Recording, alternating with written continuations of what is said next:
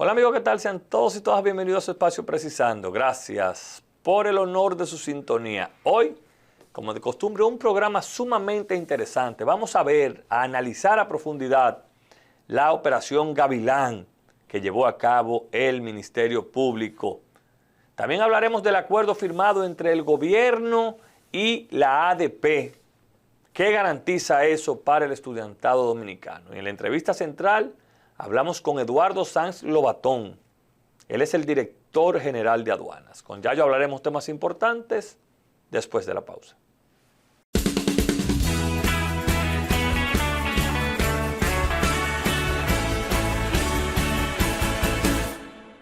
Gracias amigos por continuar con nosotros. Miren, esta semana fue removida e impactada porque el Ministerio Público denominó una operación llamada Operación Gavilán, que a muchos, cuando nos metimos en la noticia, nos llamó la atención porque ya no es un crustáceo, ya no es un animal del mar, sino es ahora un ave. Operación Gavilán. Pero más aún nos llamó la atención porque lo normal es que hubiese sido una operación dirigida a alguna investigación que lleva a cabo la PETCA, que lleva a cabo el Ministerio Público en torno a funcionarios del pasado gobierno y quizás hasta de este que puedan tener algún tipo de denuncia. Pero lo sorprendente es que la operación Gavilán, a quienes allanó, a quienes investigan y a quienes apresaron, fueron nada más y nada menos que a fiscales, miembros del Ministerio Público, militares de bajo ascendencia, procuradores adjuntos. En sentido general, fue una operación del Ministerio Público al Ministerio Público. Y en primera instancia y en este comentario quiero tratar de ser lo más objetivo posible. Yo creo que es interesante porque te indica a ti que desde la Procuraduría General de la República se tiene el interés, se tiene la decisión de que las cosas se hagan bien, pero sobre todo de sacar de ellas, como diríamos, las naranjas podridas. Y asumimos y entendemos que es con la intención de que esas naranjas no te sigan dañando a otras. Pero qué bueno que aunque tarde, el Ministerio Público decide sacar ese negocio vulgar que hay o que había en el Ministerio Público, borrando papeles, borrando historiales delictivos, borrando antepasados y dejando limpios en la sociedad a delincuentes, asesinos, narcotraficantes, en sentido general. Lo que te indicaba a ti que esa asociación de malhechores soltaban a malhechores y a delincuentes a compartir con usted, con nosotros, simple y llanamente para hacer negocios, para ganar dinero, sin importar el peligro que esto representa para una sociedad. Y qué bueno que eso sea así. La otra parte, usted puede decir, bueno, pero ¿y en qué país estamos? Y andamos tan mal. Yo no me voy por ese lado. Yo voy a ver el vaso en vez de medio vacío, lo voy a ver medio lleno. Empezamos a avanzar en limpiar en algún momento las instancias del Ministerio Público. Que hay muchísimos más, de seguro. Pero, ¿qué pasa ahora? Que esos que andan por ahí haciendo marrulla, usted puede tener la seguridad, o el que tenía la intención de practicarla, de que ahora lo va a pensar.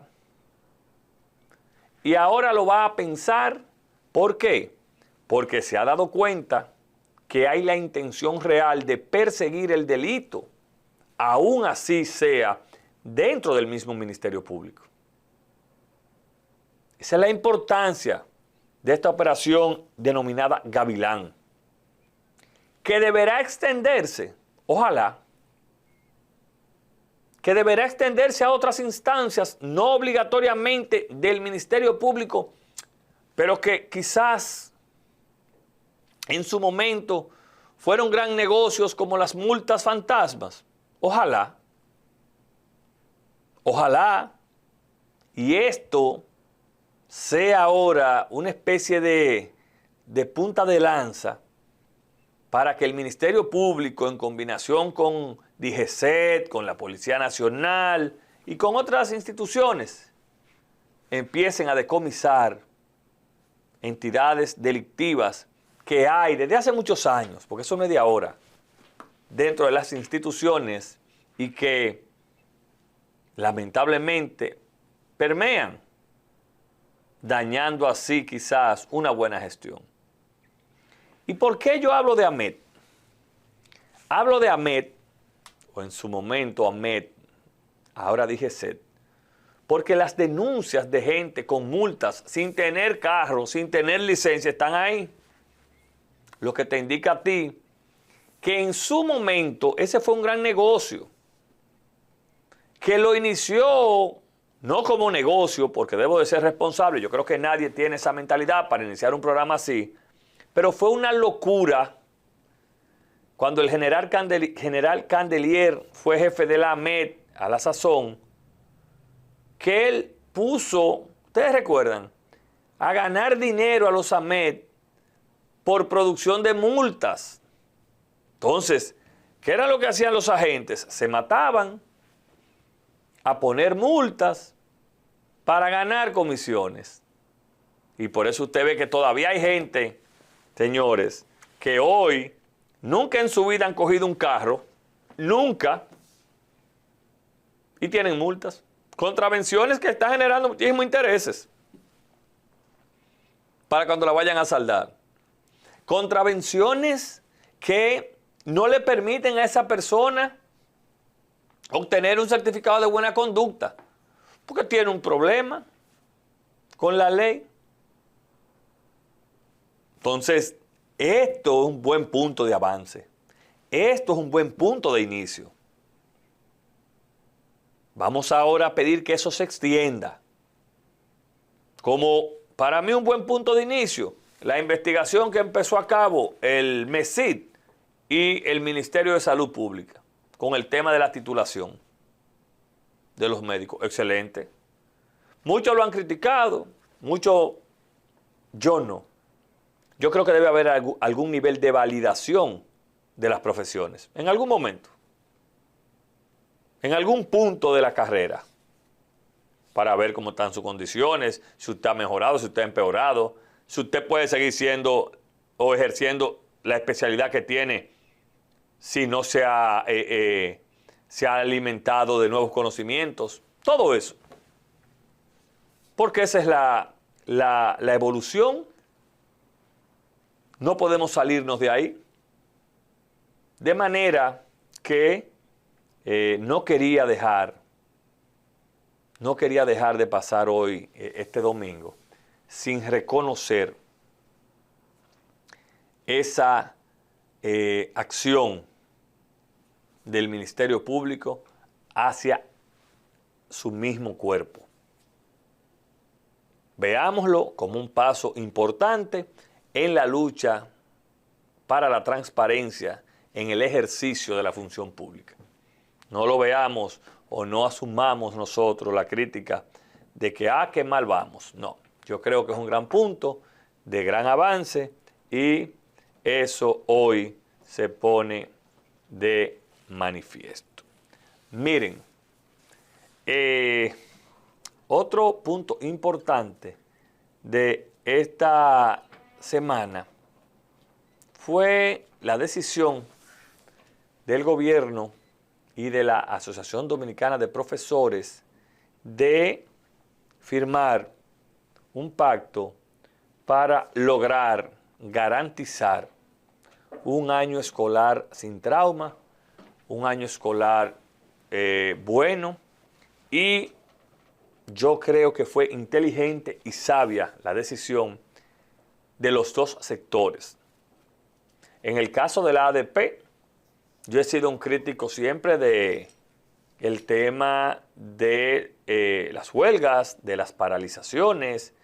Nunca he entendido el por qué usted tiene que sacrificar al estudiantado. Nunca he entendido el por qué hay que dejar de laborar para exigir una remuneración que en el fondo es lo único, lamentablemente, que exigen los profesores. Remuneración. Fíjense que no le gusta mucho el tema de ganar por productividad, que qué bueno que está en el acuerdo. Pero, señores, este no es ni el primero ni el segundo acuerdo que se firma entre cualquier gobierno y la ADP. Porque lamentablemente los partidos políticos utilizan esos sindicatos, esas asociaciones, para sacar provecho político. Porque recuérdense que todo el que ha pasado por ahí pertenece a un partido político. Es un poder tener al ADP o a la Asociación de Abogados, al Colegio de Abogados, perdón. Es un poder en este país. O se nos olvida quién es el presidente de la ADP, un miembro del Comité Central del Partido de la Liberación Dominicana, diputado al Distrito Nacional, diputado al Congreso. Entonces, ese es quien dirige la Asociación Dominicana de Profesores. No la dirige alguien ajeno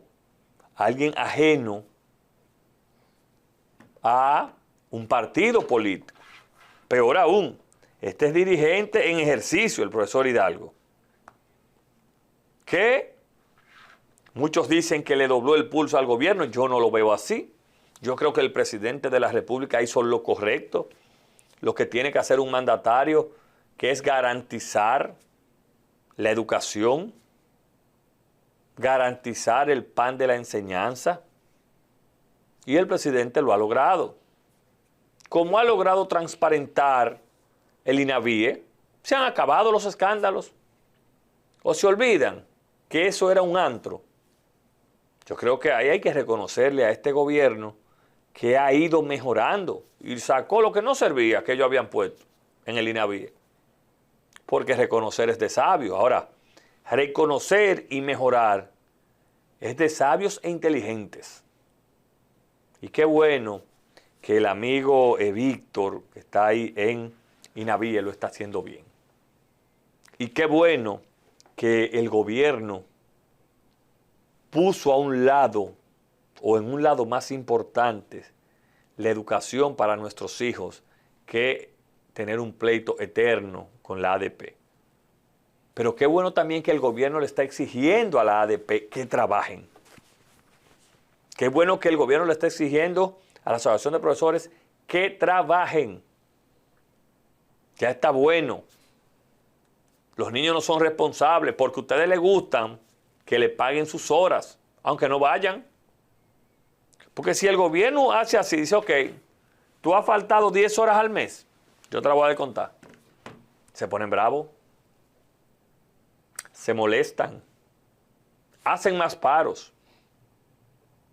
Entonces, aquí las cosas en ese tenor tienen que ser a la par. No pueden estar los abusos de los maestros, como tampoco puede estar lo de la autoridad. Pero el mejor y la mejor garantía de ese acuerdo es la presencia del presidente Luis Abinader. Porque cuando un mandatario se compromete, los funcionarios asumen. Y ahí el presidente se ha comprometido para que nuestros hijos tengan garantizado su educación, su tanda extendida, su desayuno, su almuerzo escolar y su merienda. Y yo soy partícipe de celebrar esos acontecimientos, aunque mucha gente en parte esté y no de acuerdo, pero yo creo que es válido resaltarlo. Enhorabuena al estudiantado dominicano. Señores, no se vayan, que está con nosotros Eduardo Sanz Lobatón. Él es el director general de aduanas. Con Yayo hablamos temas importantes después de la pausa.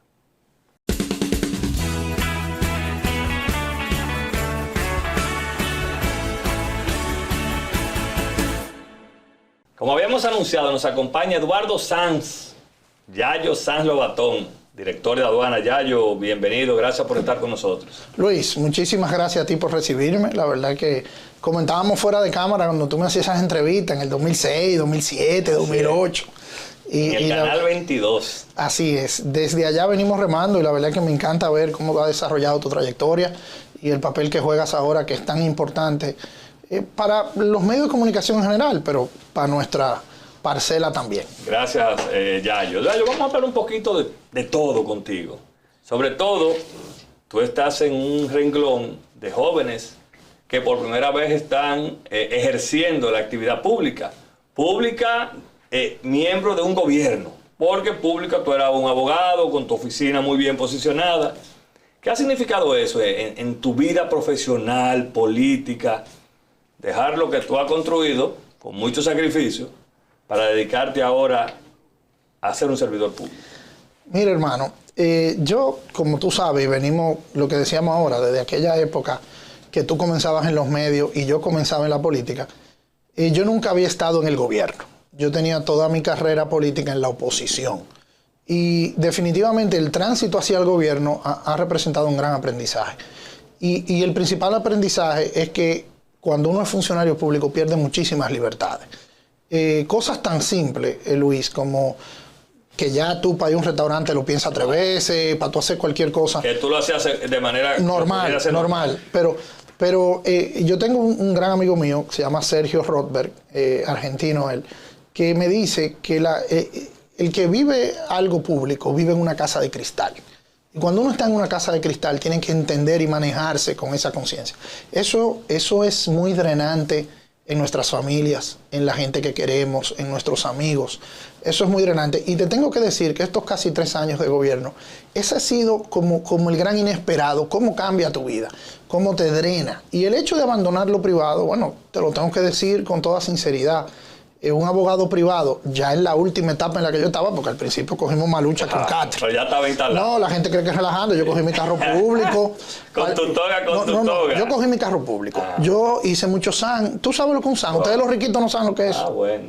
Bueno, mira, yo hice muchísimas cosas. Pagué tarjeta de crédito con el mínimo.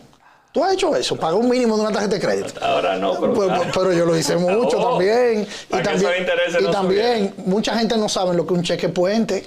También. ¿Tú te acuerdas de lo que un cheque puente? Claro. Bueno, al principio de mi carrera jurídica, cuando yo estaba emprendiendo en una oficina de abogado, hicimos todo eso. Ya al final, tengo que admitir que nos iba bien. Había gerente amigo que te daban 2 días para tú entrar. Claro. Y no había cosa más desesperada que cuando tu gerente de banco, tú no le depositabas lo del cheque puente. Y ese tigre, más con un cobrador de... No, pero viejo, yo voy a perder el trabajo. Sí. Mira, tú sabes que tenemos un amigo en común, que yo hago mucho este cuento. Hoy es un potentadísimo empresario, pero nuestro amigo Fran Elías, uno de los primeros empleos que él tuvo, este cortecito hay que mandárselo a él, a ver si lo niega, claro, fue que él era gerente de banco del Banco Mercantil. Y cuando él, que no sé si ese banco existe, yo creo que ya no existe, para que no me cobre la publicidad. Y él era gerente de ese banco, entonces yo teníamos esa discusión, porque yo a veces cogí un puentecito y Fran decía, pero ya, tú tienes que pagar. Pero ya al final nos fue bien, gracias a Dios. Y una de las cosas que uno pierde es que evidentemente en el sector público no se gana dinero, o sea, y mira que la Dirección General de Aduanas es una de las instituciones que mejor escala salarial tiene, yo no me quejo. Pero definitivamente un ejecutivo de rendimiento importante en el sector privado siempre le irá mejor que en el sector público. Y yo creo que esa es de las cosas que tenemos que ver. Ha sido un reto en todos los sentidos, pero yo me siento profundamente apasionado y satisfecho de ser parte del equipo de Luis Abinader.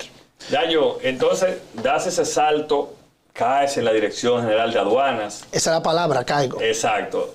se tenían otra, el clamor popular decía otra cosa, pero bueno, el presidente decidió mandarte a la Dirección General de Aduana. ¿Tú sabías algo de eso al principio? Mira, yo había ejercido como abogado la materia tributaria, más en la DGI que aduana, pero había ejercido algo en aduana. Ahora te tengo que admitir que primero fue una gran sorpresa. Tú y yo tenemos un amigo en común, el gran Samuel Pereira, que recuerdo que a él lo sorprendieron con la posición de administrador de reserva y a mí me sorprendieron con la posición de aduana. Y yo te tengo que decir que esas semanas, porque acuérdate que la transición de Danilo Medina a Luis Abinader fue mucho más accidentada. Y más rápido. Porque eran 3 meses, ahora fueron un mes y 10 días.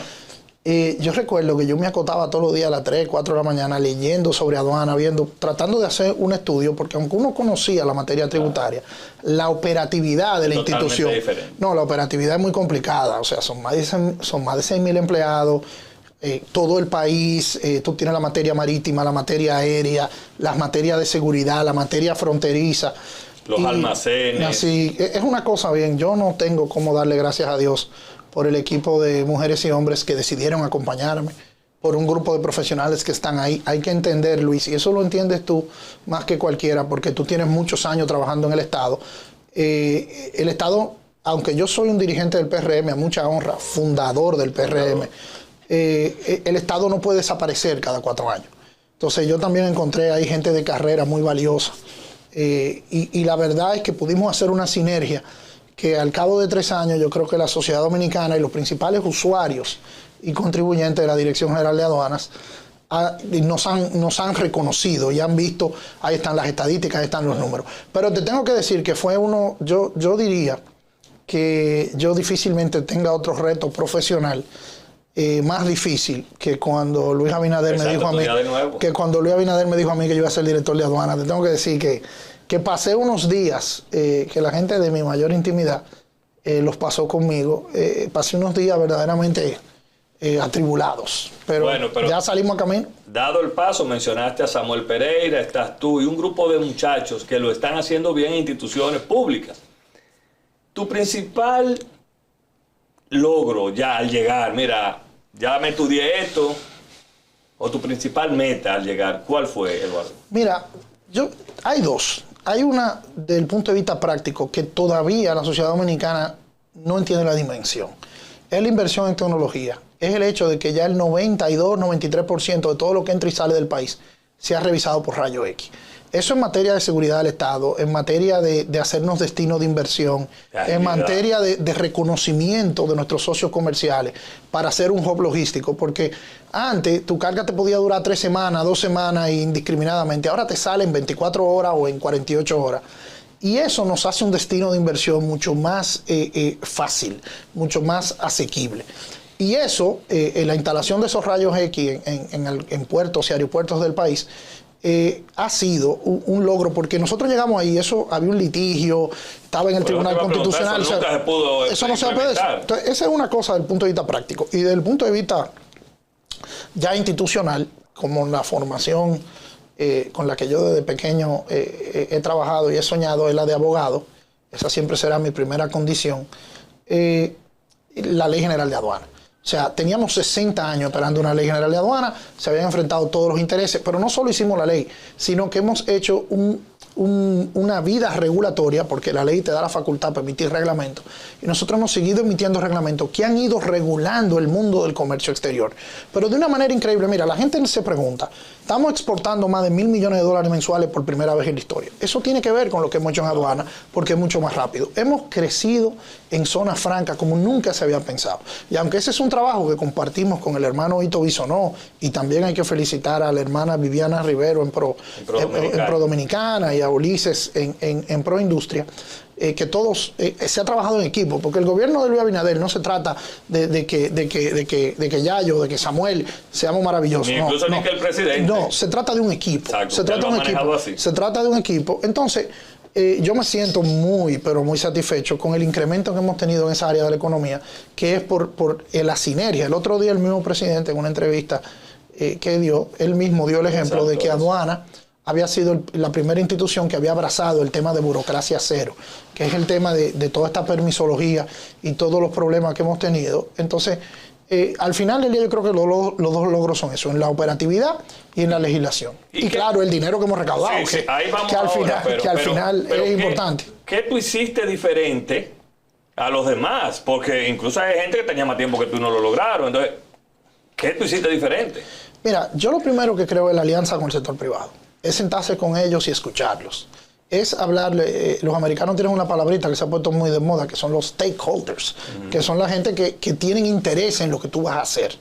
Yo me reuní con el sindicato de camioneros, con el sindicato de transportistas, con los gremios, con el CONEP, con la IRD, con la asociación de navieros, con la asociación de aduaneros, y duramos 6 meses, un equipo de profesionales que trabajaban con nosotros. Hicimos lo que se llama un think tank, un tanque de pensamiento. ¿Cómo le metemos mano a todos los rayos X? Bueno, aquí hay un litigio, bueno, aquí hay un derecho adquirido. Óyeme, pero vamos a buscar un arbitraje. Fuimos llevándolo de la mano y al final, Luis Miñoso... ¿Todo el mundo se puso de acuerdo? Nos pusimos de acuerdo porque había una voluntad política decidida y el presidente me apoyó. Cada vez que yo tomaba una decisión y alguien cogía para Palacio a protestar, el presidente de algún modo apoyaba lo que nosotros estábamos haciendo, que eso es muy importante porque en este país... Si no hay voluntad política detrás de lo que tú estás haciendo, te puedes pasar el tiempo tirándole piedras a la luna. Entonces, con paciencia, con humildad, aquí hay gente que cree... yo siempre digo que la desesperación o la impaciencia son destructivos en cualquier evento de la actividad profesional, inclusive hasta de las actividades personales. Ahora, una cosa es... la paciencia que tú dejes que te entren a patar. Eso es una paciencia. Esa no funciona. Ahora, la paciencia donde tú te estás ocupando del tema, donde tú estás todo el tiempo moviendo el balón un poquito más hacia la meta. Y yo creo que eso fue, al final fue trabajar con humildad, escuchar a todo el mundo, pero que la gente entendiera que tu propósito era indetenible. Ahora estamos viviendo un proceso similar con unas reformas tecnológicas que ya estamos haciendo al software. O sea, yo siempre digo, comenzamos con el hardware de aduana. El hardware de aduana eran los muelles, los aeropuertos. Ahora vamos con la inteligencia artificial, con el sistema operativo, que lo estamos modernizando de una manera mucho más interesante, con cosas tan mínimas como que ahora tú puedes, si tú eres un importador frecuente, a través de WhatsApp, tener a las 12 de la noche respuesta de aduana. O sea, estamos dando un servicio 24 horas. Hemos orientado una institución del Estado al servicio al que estamos acostumbrados, con las mejores empresas del sector privado. Entonces, al final, la imagen de aduana no podía seguir siendo la del policía, la del papá pegón. Tenía miedo. No. Nosotros estamos para ayudar al contribuyente y para facilitar el comercio.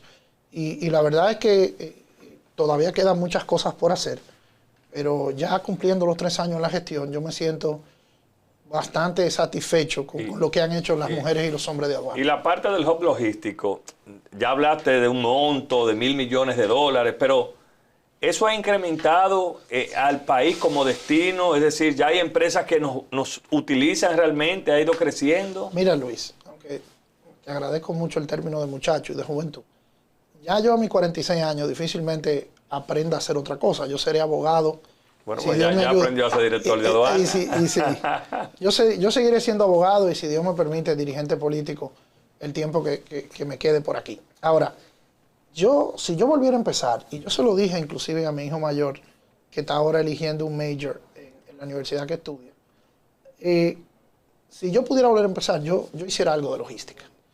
Así como, yo no sé si tú te acuerdas, porque tú y yo somos más o menos generacionales, pero finales de los 80, principios del 90, el que te hablaba a ti de Punta Cana era como el que te habla hoy, no sé, de irte para Australia. Así es. Eso era lejísimo, nadie lo entendía. Había que pasar San Pedro Román y Güey y llegar allá. Loco, y pararse en cada pueblo. Y cuando tú llegabas allá, los mosquitos te comían, un calor que nadie aguantaba, el aire acondicionado no funcionaba. Todavía no teníamos lujo en este país. Sin embargo, tú vas hoy a Punta Cana y Punta Cana, óyeme, ya eso es una metrópoli mundial. Hay gente que se ha ido a vivir para allá, claro, que es un amigo de uno. Muchísima gente. Inclusive yo por esto maneté de andarle atrás a Luis Abinader y compañía. Si no, a lo mejor yo estuviera viviendo allá también. Y porque me gusta la política y creo que este país tiene muchas cosas por hacer. Pero de verdad te digo que esa muestra de lo que pasó con el turismo en este país, después de mediados de los 90 y en los años 2000, yo creo que eso va a pasar con la logística.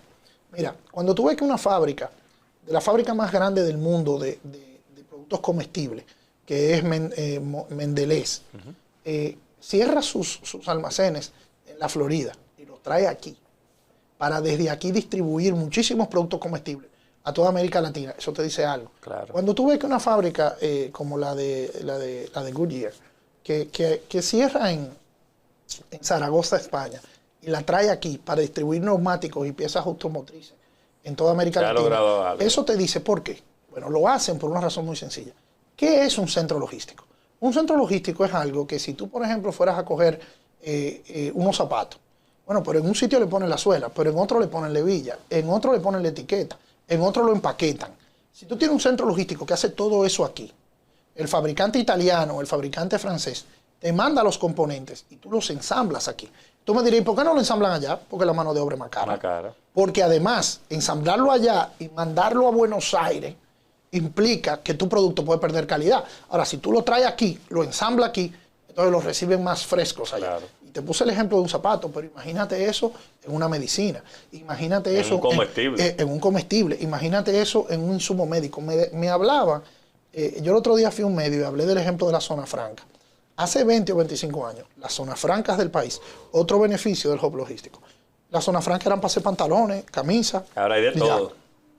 Nosotros estamos haciendo marcapasos en zona franca dominicana. Estamos haciendo CAT scanner. Tú ves cuando te meten, que te hacen un CAT scan entero. Nosotros estamos fabricando CAT scanner. Piezas de carro. Pero viejo, nosotros estamos haciendo zona franca aquí, produciendo robótica. O sea, y tú me dirás, ¿por qué? Ah, bueno, porque esas multinacionales que van a vender esos productos ven en la República Dominicana un sitio donde pueden tener eficiencia de costos, eficiencias de seguridad jurídica. Entonces, si nosotros seguimos empujando la logística, pudiéramos en algún momento ser el ejemplo que fue Singapur. Singapur es un país con menos población que nosotros, con menos territorio que nosotros, con mucho menos posibilidades. Sin embargo, se abrazaron a la logística. Hace muchos años se convirtieron en una especie de hub logístico en Oriente. Y miren lo que es Singapur hoy en día. Del mismo modo pongo el ejemplo constantemente de la ciudad de Dubái. Que la gente piensa en los árabes, piensa en los turbantes y de una vez creen que tienen cuarto por el petróleo. Claro. Ah, pero sorpresa, en Dubái no hay petróleo, viejo. En Dubái lo que hay es un puerto. Y el puerto más grande per cápita de zona franca de todo el mundo. Entonces, esa actividad logística, evidentemente, tienen a Abu Dhabi al lado. Tenemos a Panamá ahí al lado con el canal de Panamá. Exactamente. Entonces, la oportunidad de la logística y el primer presidente de la República Dominicana que ha entendido el potencial que es eso, que además es un know-how que se queda aquí, claro. Porque el tipo que está ensamblando un robot ahí, que el robot se va para California, ya sabe hacer robot. Claro. Entonces ya es un robot que lo podrá asimilar la economía dominicana, como está pasando constantemente. Mira, cuando un área de la economía se desarrolla con efectividad, eso surge en otro. Yo te lo digo porque hace unos años, yo recuerdo que en la firma de abogados que yo dirigía con algunos amigos tuyos, nosotros teníamos que contratar unos abogados que hablaran inglés. Y daba trabajo encontrar un abogado que hablara inglés. ¿Y dónde lo encontramos? Trabajando en los hoteles. Claro. En abogados que asesoraban hoteles, porque si tú eres un turista... Entonces, ya los tipos habían tenido que aprender inglés y otros idiomas para darle servicio a los hoteles, entonces ya uno lo traía y lo metía en los tribunales.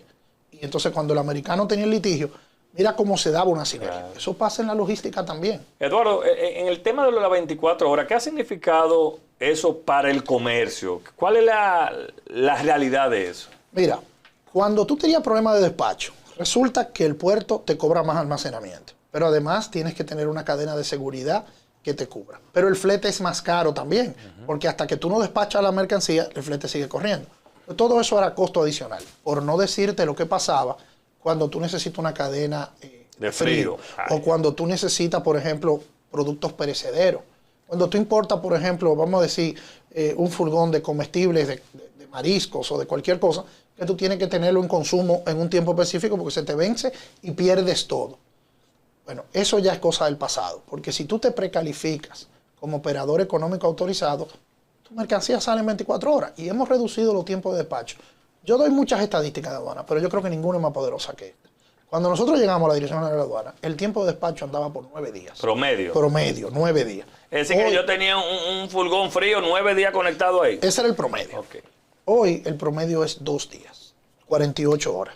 Tú estás entendiendo. Pero ¿y eso es poderosísimo. Eso le ha significado un ahorro a la economía dominicana que nosotros la calculamos y estamos trabajando con el Banco Central, porque a mí no me gusta de estadística porque la diga yo, porque tú dirás, qué pendejo, la dijo él mismo. Pero nosotros estamos trabajando un estudio en el Banco Central para que el Banco Central lo diga. Ahora, nuestros números preliminares nos dicen que estamos ahorrándole a la economía dominicana en costos de logística entre 3.000 y 5.000 millones de pesos en estos 2 años que lleva el proyecto. Y eso ha aumentado. Fíjate lo que estoy hablando. En 2 años, casi 5.000 millones de pesos en ahorro en estos 2 años. Y eso no puede implicar una disminución en como dicen, en las entradas de aduana, porque si antes yo duraba 9 días, era 9 días pagando. No, es lo contrario, porque primero ese costo no iba para aduana, ese costo iba para los almacenes privados. Ah, ok. Pero ellos tampoco van a perder dinero, porque mira qué es lo que pasa. Nosotros antes podíamos procesar al día entre 400 y 500 furgones. Nos estamos poniendo en capacidad de procesar 1.500 furgones. Entonces tú vas a ganar más porque vas a procesar más carga. ¿Eso también qué quiere decir? Que vamos a poder tener una mayor eficiencia contra la inflación. Una de las razones más puntuales por las que nosotros pudimos controlar el alza inflacionaria que el mundo entero se abocó por la subida de los combustibles, por la guerra de Putin y Ucrania, fue por el hecho de que este despacho rápido redujo los costos. Entonces los comerciantes, aunque subieron los precios, porque al final el afán de lucro está ahí, pero no tuvieron que hacerlo tanto, porque nosotros les presentamos opciones para que disminuyeran sus costos. Eduardo, un gran escollo, y no sé si eso está dentro del plan de 24 horas, era que salieran los valores. Yo trabajé una vez aduana y sacaba carros. Sí, que salieran los valores. Tú has hecho de todo. Tú 48 te la has buscado bien. 48 horas para recibir un printer de un valor. Exacto, no, eso ya es automático. ¿Cómo? ¿Eso es automático? Eso es automático, además está preestablecido. Nosotros hemos tratado de reducir la discrecionalidad en aduana lo más que se pueda. Hemos tenido una conversación muy interesante, a veces ganándonos los mollos, a veces ayudando, a veces no, con el tema de los importadores de vehículos, tanto los concesionarios de vehículos nuevos como usados. Sigue lo de los 5 años igual, eso sí, no varía. No, porque eso es el Congreso. Esa es una ley. La gente vive gritándome con eso. Yo digo, cojan para donde Pacheco o para donde Eduardo Estrella. Tal vez porque usted es amigo de Pacheco, le dicen. Compadre. Pero la última vez que él se llevó de mí fue en el 86. Él no se lleva de mí, no. Ahora, lo que nos queremos mucho. Vamos a hablar de eso ahora, a ver si se está llevando. Continúe. Mira, al final del día ha sido muy difícil conciliar intereses en aduana. Esa es otra de las cosas que drenan mucho y que también te enseñan mucho. Yo decía esta mañana que cuando yo salga de ahí voy a escribir un libro que se va a llamar Anécdotas de aduana, de las cosas que me han pasado ahí, de una gente que quería importar unos pavos para Thanksgiving. Y los pavos requieren 40 días de cuarentena y me llamó el mundo entero detrás de los benditos pavos. También hubo otro que tuvo la brillante idea de traer unos caballos para una competencia de equitación, que son los saltos altos. Y él trajo el caballo el día antes de la competencia de equitación y me dio la pela de lengua más grande que me han dado a mí. Pero el caballo no salió. No, porque yo me quería robar el caballo. Yo lo último que le dije al tipo fue, ven acá, viejo, ¿y tú crees que yo quiero montar caballo? Porque ¿qué tú quieres que yo haga con tu caballo? Que es una persona que era muy amiga mía y me llamó 60 veces por el caballo. Al final yo le dije, líder, el caballo tiene que estar ahí 30 días. Pero que la competencia es mañana. Yo, bueno, pues da brinco tú solo. Porque con el caballo tú no vas a dar brinco. ¿Y la evasión se ha ido disminuyendo? ¿En qué porcentajes estamos? ¿Cómo la encontraste? Mira, las estadísticas nos dicen que hemos reducido la evasión y la competencia leal de manera significativa. Te voy a decir algunas. El ejemplo de los estupefacientes, de las ilegalidades. Había un promedio de 3 a 4 toneladas por año. En el año 2022 superamos 30 toneladas. El presidente de la República lo dijo en el discurso de rendición de cuentas. Eso es un trabajo conjunto que hemos hecho con la DNCD, que hemos hecho con el DNI, que hemos hecho con el Ministerio de la Fuerza Armada. En cuanto al comercio, los números de recaudación te dicen, nosotros estamos sacándole más dinero a cada furgón que antes. Y en el año 2021, en el año 2022, superamos las expectativas de las metas de recaudaciones. El primer año por un 30%, el segundo por cerca de un 20%. Entonces, eso te dice que el crecimiento que ha tenido la economía dominicana en parte ha sido porque hemos sincerizado muchos aspectos. ¿Que está todo resuelto? Claro que no. ¿Que se cometen errores? Claro que sí. Yo recuerdo la primera reunión que yo tuve como director de aduana fue con unos asesores y amigos de las embajadas de Estados Unidos, de Europa, etcétera. Y conversábamos con ellos sobre muchísimas situaciones que se dan en los muelles. Y yo recuerdo que nos ponían el ejemplo de que si tú ahora mismo te montas en un avión coge para Nueva York, o coge para París, o coge para cualquier ciudad importante del mundo, desmontándote del aeropuerto, tú caminas 3, 4 cuadras y si quieres comprar estupefacientes ilegales los vas a encontrar. Porque el crimen organizado no es simple. Y no es verdad que tú lo vas a desaparecer con un botón. Claro. Eso no es realista. Ahora, las estadísticas que nosotros le hemos mostrado nos han llevado a este reconocimiento. Somos el primer director de aduana que nos recibe el director de aduana de Estados Unidos en su oficina en Washington, D.C. O sea, yo fui a la oficina de CBP, firmé un acuerdo de homologación, ellos nos apoyaron en la instalación de los rayos X en el puerto de Jaina, en la frontera, en el puerto de Puerto Plata, donde todavía lo estamos trabajando, en los aeropuertos como el de Punta Cana, Las Américas, el aeropuerto de ¿Ya estamos en todos los aeropuertos? Estamos en casi todos los aeropuertos. Pero esto antes no era así. Claro. O sea, y eso ha sido un reconocimiento al trabajo que vamos haciendo, que es parte de la transparencia del presidente Abinader, del Ministerio de Hacienda y de todas las organizaciones que trabajamos en esto, porque no se trata de que un funcionario sea Superman, no se trata de eso. Claro. Eduardo, no podemos despedir esta entrevista sin hablar de política. Bueno, ahí fue que nos conocimos. Y voy a empezar por el distrito.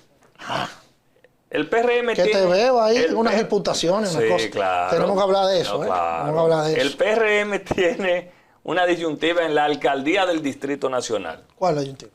Carolina va, Carolina no va. Bueno, hay aspirantes, pero se mencionan posibles sucesores. Dígame la realidad del PRM en el Distrito Nacional. La primera es que vamos a ganar. Pero yo no digo esto como a veces hablamos los políticos.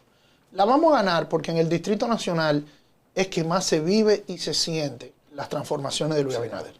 Además, tenemos... No le digas a los santiagueros. Pero además... Los santiagueros están monos. Pero, y déjame decirte, estamos mejor en Santiago en las encuestas de lo que estamos en la capital. Pero mucho mejor. Pero en la capital vamos a ganar como quiera, porque es que estamos mejor, pero estamos muy bien aquí como quiera. Porque tiene el gobierno y la alcaldía haciéndolo... Pero, exacto. Pero además, en la alcaldía del Distrito Nacional, nosotros tenemos la gestión de Carolina y antes de ella la gestión de David, que ambas han sido muy bien valoradas. Entonces, al final del día, aunque yo en lo personal creo que la candidata va a ser Carolina Mejía, eso es lo que yo creo. Yo hice un análisis de eso, porque yo también lo creo. No me lo ha dicho ella, no me lo ha dicho nadie, yo respeto muchísimo su decisión. ¿Cuándo ya tiene para definir? No, hasta el 2 de octubre. Yo fui su director de campaña, como tú recordarás. Sí, claro. Y además me unen lazos muy cercanos. Y de no ser ella, se han barajado varios nombres, dentro de los cuales usted se baraja. Usted no tiene... No, lo mío no es posible, no. Porque yo participo del equipo del presidente Abinader y lo hago antes de ser presidente. Entonces tendría el presidente que pedirme eso. Y si el presidente me pide eso, es como que él me pida que venga a hacer el programa tuyo aquí. Te quito de la silla y me siento yo. Me quiere ser alcalde. Claro, pero acá. Pero el presidente no me ha dado señales de eso. Ni usted está en eso. No, de ser lo que ya yo quiere, ya yo no voy a ser candidato.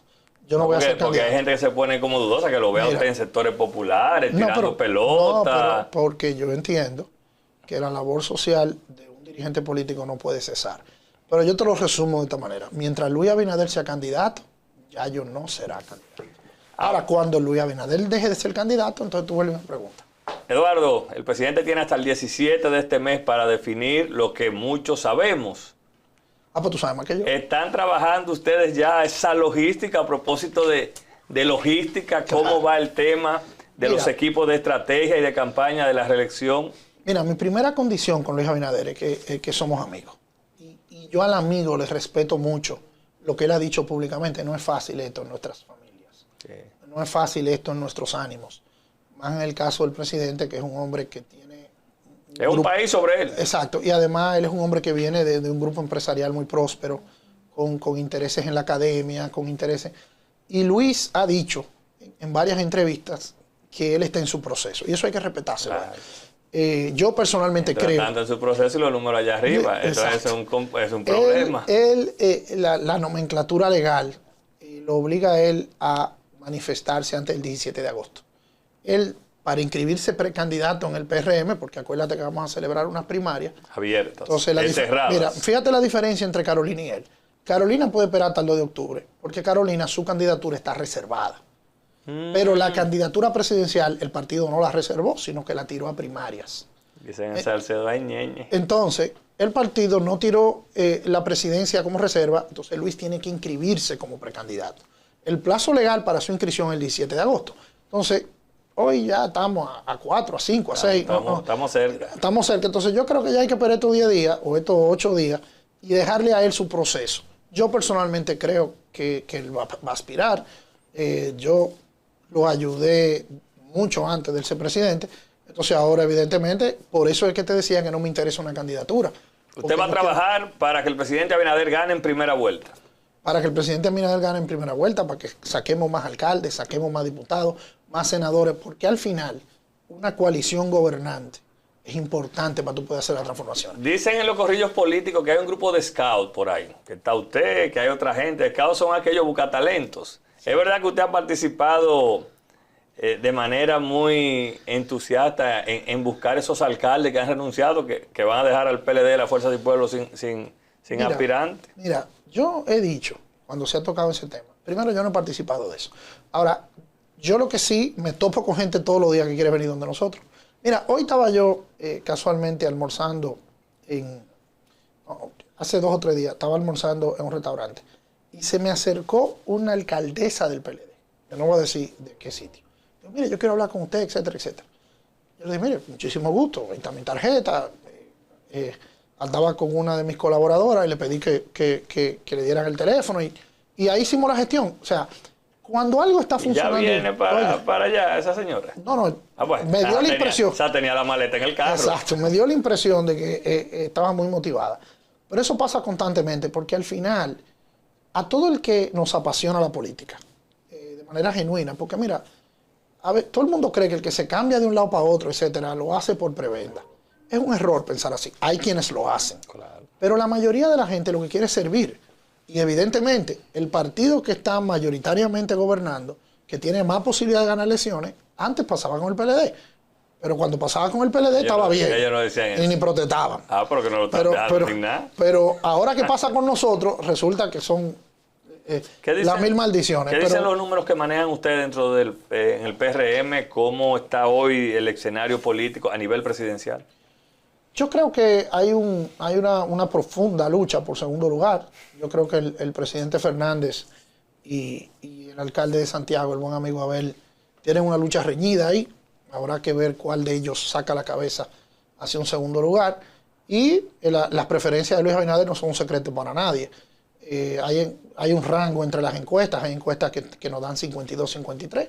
Hay encuestas que nos dan 55, 57. Yo creo que ahí anda el rango. Y el presidente no ha dicho que va.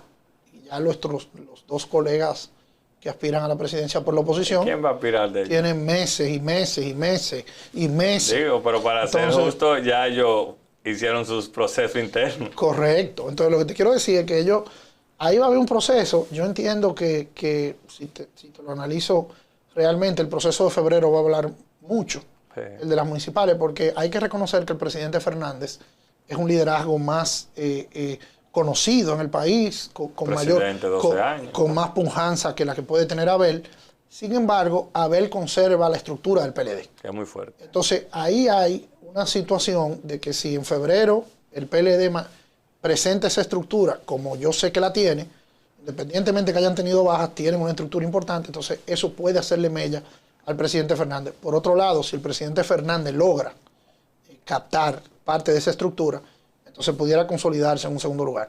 Pero al final del día, yo creo que sí, lo interesante está en el segundo lugar, porque con el primer lugar no hay duda. Y no lo digo desde el punto de vista soberbio, sino que eso es lo que dicen los análisis. Y la lucha, ellos mismos te lo dicen, la lucha de ellos por una segunda vuelta. Por el liderato de la oposición. Pero ellos lo que están es trabajando por una segunda vuelta. Y yo sé lo difícil que es eso, porque yo me pasé 20 años trabajando por una segunda vuelta. O sea, es fuerte cuando tu aspiración es la segunda vuelta. Tú andas mal. Tú estás, déjame ver si pierdo por poco, pero tú sabes que vas a perder.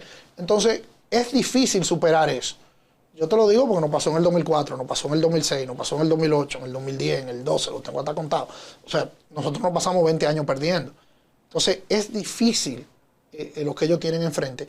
Y la democracia dominicana necesita que ellos se recompongan. Mira, yo no creo que el que tenga una parcela contraria es enemigo mío. Claro. Claro, usted tiene muy buenas relaciones con yo conservo, gente. Yo te lo digo, tanto con el presidente Fernández como con Abel, con ambos he conversado, tengo relaciones de respeto con ellos, de amistad con muchos. Bueno, Omar a quien lo vi el otro día, yo creo que la política no puede ser una carrera de insultos. Claro que no. Y hay mucha gente preparada, mucha gente que piensa en el país, tanto en el PLD como en la Fuerza del Pueblo. Claro, lo que hay que entender es que la competencia tiene que llevarse. Marco, hablábamos tú y yo fuera. Mira, a mí me preocupa, hablábamos tú y yo fuera de cámara de algunas cosas. Cómo a veces el debate político se personaliza y cómo hemos perdido el respeto de ciertas cosas. O sea, hasta en las organizaciones más difíciles del mundo hay temas y cosas que se respetan. La sociedad dominicana tiene que preservar eso, porque eso es lo que termina en la radicalidad que tú estás viendo en Venezuela, que tú estás viendo en Colombia, y en otros que países en Bolivia. que se ven por ahí. Cuando tú ves que los políticos insultan, se desacreditan, pierden esos países. Eduardo, muchas gracias. Hermano, vuélvame a traer, que me ha gustado esto. Con usted el tiempo es corto. Bueno, ya cuando se definan las candidaturas, ¿verdad? Tanto a nivel municipal, congresual y la presidencial, que es en pocos días, yo sé que usted va a estar más activo por aquí. Bueno, lo que usted me diga yo hago. Sin saco ni corbata, porque va a estar en la calle. Sí, así es, así es. Eduardo Sanz fue nuestro invitado este domingo en Precisando. Ustedes no se vayan, ya volvemos con la parte complementaria.